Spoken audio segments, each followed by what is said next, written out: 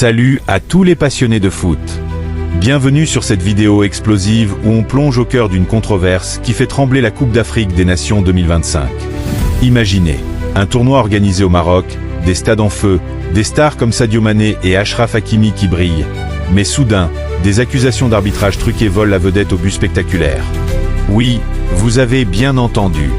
Avant la grande finale Sénégal-Maroc ce dimanche 18 janvier, le journaliste français Grégory Schneider maintient ses graves allégations contre un arbitrage soi-disant pro-Maroc.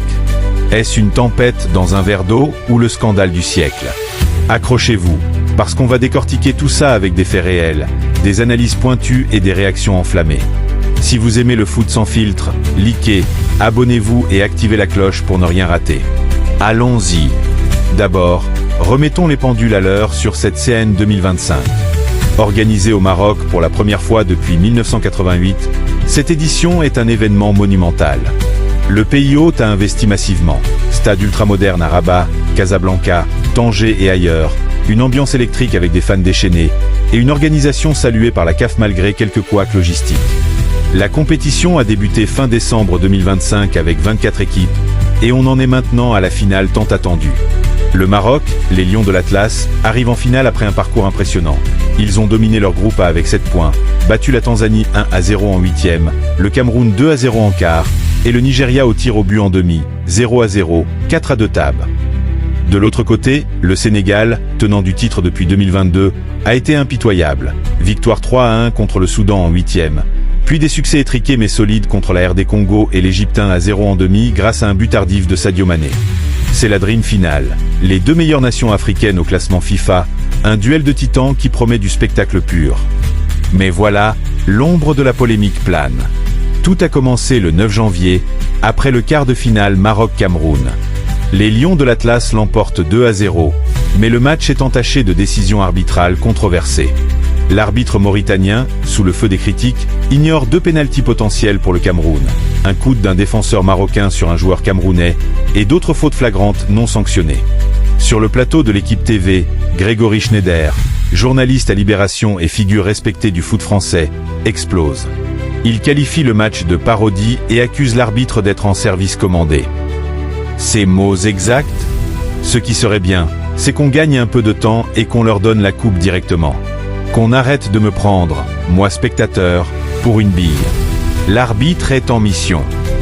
Il dénonce un arbitrage qui, selon lui, favorise systématiquement le pays hôte, transformant la CAN en un Disney du football où tout est écrit d'avance.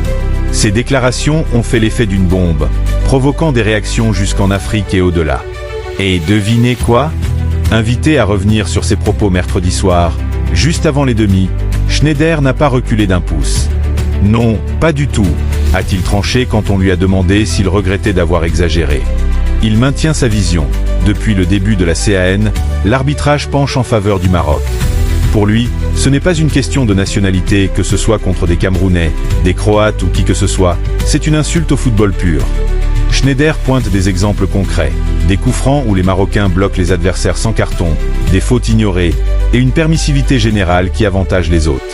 Ces accusations vont loin, insinuant une partialité organisée, peut-être même de la corruption, bien que sans preuve directe. Ça a généré une polémique massive. Des fédérations comme celle du Cameroun ont protesté, et même des pays comme l'Algérie, l'Égypte et le Nigeria ont dénoncé un tournoi de la honte. Maintenant, analysons ça de plus près. Est-ce que Schneider a raison? Regardons les faits. Dans le match contre le Cameroun, Bryan Mbeumo, l'attaquant camerounais, est victime d'un contact litigieux dans la surface, pas de pénalty. Un autre incident, un Marocain met le coude au visage d'un adversaire, rien. Et sur les coups francs, les joueurs marocains se placent à 1 m sans que l'arbitre intervienne. Schneider n'est pas seul. Sur les réseaux, des fans camerounais et neutres crient au scandale. Mais du côté marocain, on contre-attaque. Wally Regragui, le sélectionneur, répond fermement en conf de presse. On mérite notre place par notre jeu, pas par l'arbitrage. Ceux qui accusent cherchent des excuses pour leur défaite. Il rappelle que le Maroc a aussi subi des décisions défavorables, comme 2 pénaltys non sifflés en leur faveur pendant le tournoi. Et sur Reddit, des internautes nuancent. L'arbitrage est permissif partout dans cette CAN, pas seulement pro-Maroc. Le Maroc a dominé le Cameroun 90 minutes. Pour contextualiser, rappelons l'historique des controverses arbitrales en CAN. Cette compétition n'est pas étrangère au scandale. En 2019, en Égypte, des accusations similaires contre le pays hôte.